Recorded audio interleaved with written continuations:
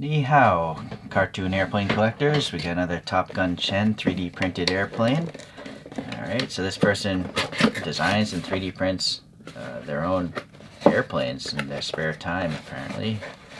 Although this person does have licensed models made by, I think, Panda Model, like a real manufacturer.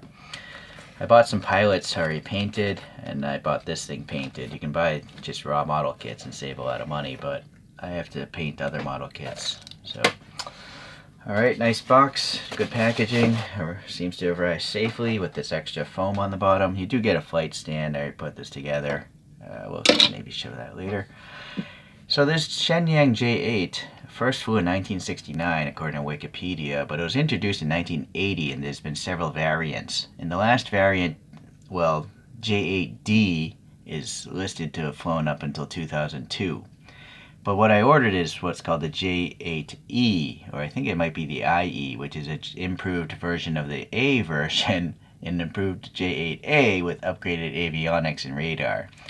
So you're gonna read Wikipedia. It's all jumbled words to me, but anyhow. So this thing is derived kind of from the MiG-21, but the MiG-21 only has one engine. This clearly has two, so it's clearly not a copycat. From the side, it looks like a MiG-21, which is a smaller airplane, it seems, because this is huge. Look at these people, right? I would have guessed this would be a small fighter, but that looks big to me. So here's a top view.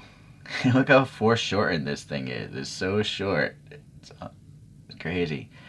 And then here's a little bit of a rear view with the two engines.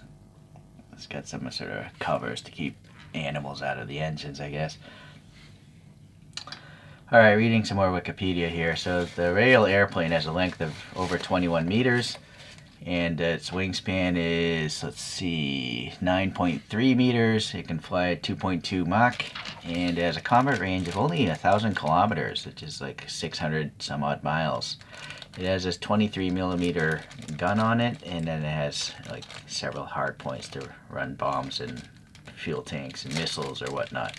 So that's all I care to learn, and we'll have to see if I can fit one of these pilots in here. I don't know if this is the correct livery of a pilot from this era of China's Air Force. Boy, I'm just gonna have to cut this. But it looks retro with this helmet and stuff. Alright, we'll try that one here. Alright, so starting at the top, it's clearly what looks to be a matte white finish, and you got nice panel gaps with some sort of paint wash in them. Very fine gaps with black or gray in there. You have this gunmetal, which kind of looks like purple. Maybe it's painted gunmetal first and like lightly dusted with a pink or purple. It's almost like a photo shift. I'm seeing some sort of color, but towards the end, not so much in the front. So that's really cool. Nice detail. Really neat. A little thin antenna there. The decal work here looks fine. This little green and the red marker at the top of this rear stabilizer. And the side we have 258. Okay. And then more hatches, panel gaps, some sort of bump there. Some sort of winglets here. These rear stabilizers have these pointed, I don't know what these would be called, but they're very retro looking. Looking into the engines, yeah, it's interesting. It's an interesting color. Yeah, it's got like a pinkish or purplish hue to it. I feel maybe it is a color shift paint. Anyways, ridges here, all sorts of whatever jet engine details. Very neat. Going down to the bottom here, more decals, more winglets here. The landing gear doors are open. The landing gear is just glued in place, it seems, not separate pieces. Yeah, the wheels are 3D printed. It's not, the holes here are actually, part of the three-dimensional structure. It's not a decal of a wheel, which I have seen in some other Topgun Chen things. These round dots you can see are just all magnets, but they're embedded flush which is kind of crazy. Look how thin this wing is, and it's got magnets embedded in it. So 1, 2, 3, 4, 5 points of mounting it looks like on this. Maybe this one is running 2 machine guns. It looks like that would be a gun. That's 2 pods, and they have like a NACA duct to cool it off. Some more antennae or something on the bottom of this thing here. Very, very tiny air intakes there. That's quite interesting. I wonder what those would be for. But there's literally a recess there. That's the beauty of 3D printing. You can do stuff normal production can't. So those are like oval intakes, but look here, now I'm noticing round intakes here. And there actually are intakes of some sort. They're so small, very interesting. Oh, now I'm noticing 2 here. There's literally 1, 2, 3 on each side, these little tiny intakes. But it's strange, what would they be for, especially back here where it's so hot? Very interesting. Please leave a comment if you know. I'm sure other people want to know as well, besides me. So this is interesting. Oh, this might just be put in backwards for shipping safety. I think it's the antenna or the pitot thing. Yeah. So some sort of stretchy glue. And yeah, there's a recess.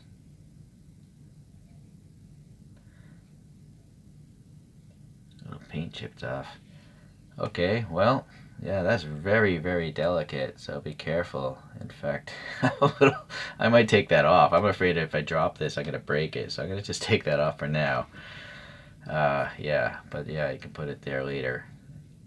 So the landing gear is just all black, it seems. And this is what's cool about this plane, I think. This cone inside, you know, the engine redirecting the air around the cockpit. So that's painted this dark green color. It's more visibly green inside than out here. Interesting. But there literally is air capable of getting around that cone. You can see the light getting through. I almost feel I can maybe see the engine back there just through that tiny gap.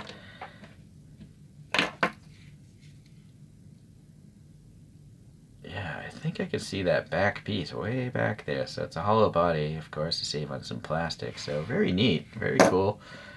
I didn't even know this plane existed in the real world. It's just collecting models. I very often find out about what happens in the real world. Alright, so we got this, I don't know what kind of glue this is, but it's not tearing up the paint.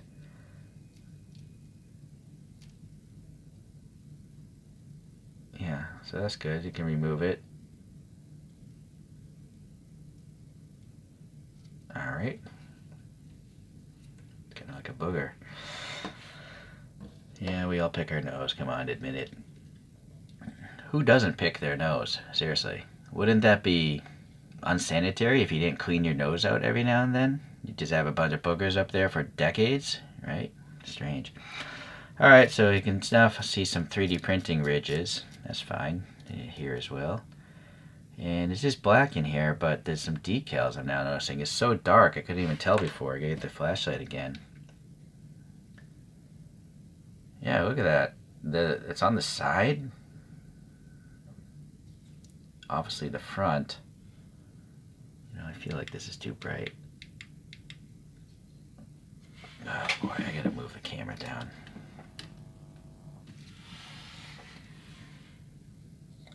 I can't focus.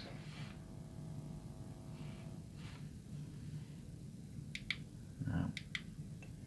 Yeah, look at all those cages, all these. It must be so crazy to try to fly one of these things. Look at all the things that you have to think about that have to warn you, or like all the different controls. It's just insanity. Well, anyways, not for me flying real airplanes. I don't even get a little sketched out flying as a passenger on an airplane. Look at this tiny little sensor of sorts. It's just on this side, so asymmetric. And then again, I'm looking. I see these tiny, tiny vents there. I don't. But why would they be way back here in this heated area? Some sort of bypass valves or something? I don't know. I do see them on the real photograph. So, strange stuff going on in airplane design. Okay, well, let's see about this pilot here. So you have a magnetized head, so you can move its move it around. And this is a happy pilot, apparently, giving the thumbs up. And then we have a nice gold helmet with some dots and some fancy striping on it. The Chinese star there. It's, I don't know what the text maybe. Alright, that looks nice. I think it's decal work actually, but it's laid around such a rounded helmet, so pretty good. And then look at these finely painted straps and belt in different colors. The pants have a little bit of a paint wash, the shoes are black, the gloves are white. Even the little buckle of this belt there, painted silver. Very well done. You can see a little 3D printing striation, but I mean, we're looking at this very close. To the naked eye, it's pretty hard to see. Alright, let's see if we can pop this character in here. Oh, I don't know. The legs look like they're too wide. No. So that's unfortunate. You know, I feel like this should be designed in a, well, also maybe this character, I guess it doesn't matter because this one's posing like this. So let me try to find that, get that other pilot, but I think the legs are the same.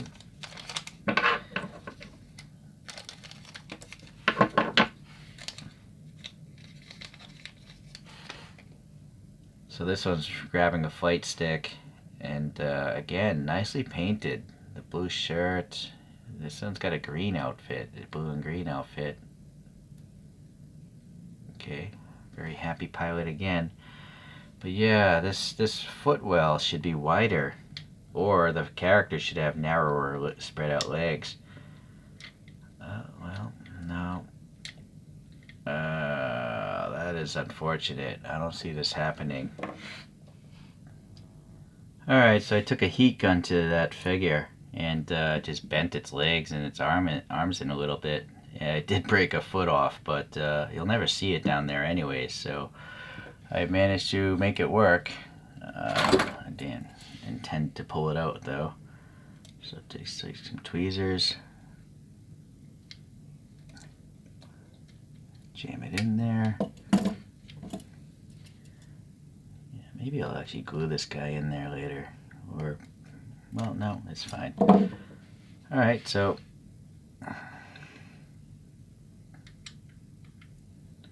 well, in this case, because the helmet sticks back so much, I might have to move its torso a little forward like this so I can twist its head. Yeah, see, that's cool. And a little bit of that tacky glue is still on here, so I might just use some school glue later though, just so it doesn't fall off. There's no magnets holding this in place. So I can clear that pilot. It's cool. Hey, what's up? Okay, so let's look at these magnetic things here. So we have 3 drop tanks, it looks like, or 3 fuel tanks, and they each have 2 magnets, so they align themselves. So this one, those 2 are identical, and this one's unique, where it has 4 fins, so I'm going to put that in the middle. And then we have 2, what I assume are air-to-air missiles. I guess, well, you know, the landing gear is so tight to those magnets, I think the missiles are going to have to go inboard. Yeah, there's no way you're going to get these fuel tanks there. So these fuel tanks will have to go on the outside. And I'm pretty sure that's the way it's supposed to look. And actually, that does look like this photo, right? You got the missiles inboard and the drop tanks on the outside. Huh. I guess it doesn't matter. In a real airplane, they shoot planes miles away or kilometers away.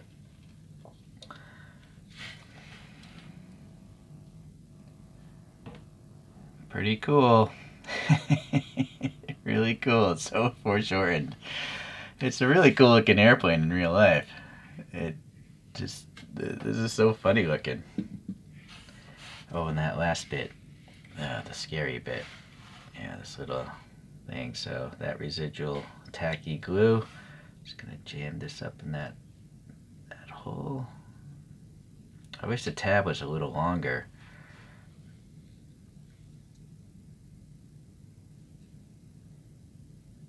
Yeah, I feel like that tab should be a little longer, but boy, that is one frail looking thing sticking out the front end of this. I also feel like it should be horizontal, right? I'm looking at the photo. Oh yeah, that's front photo, side photo. It should be more horizontal.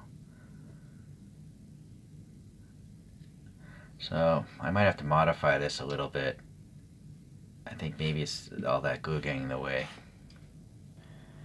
I just used some like school glue to put the canopy on. It's still drying actually, and that thing. I removed a bunch of that glue and just re-glued it, and it's fine now.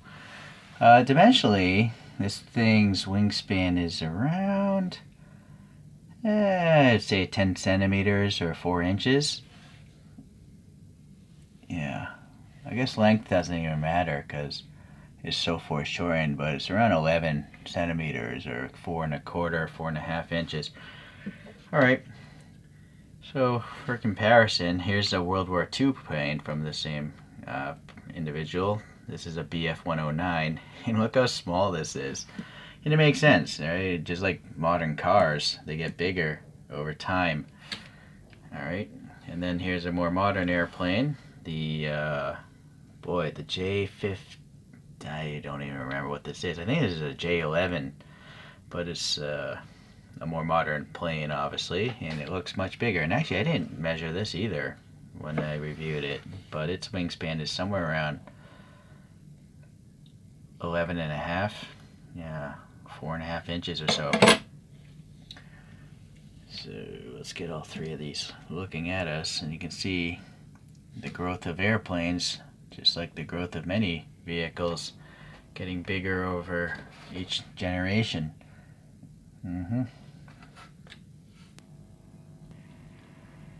Okay, well, I gotta say it's definitely cool, and so it's interesting to learn about real things in life. So I never knew about this plane before, and now I know a little bit about it.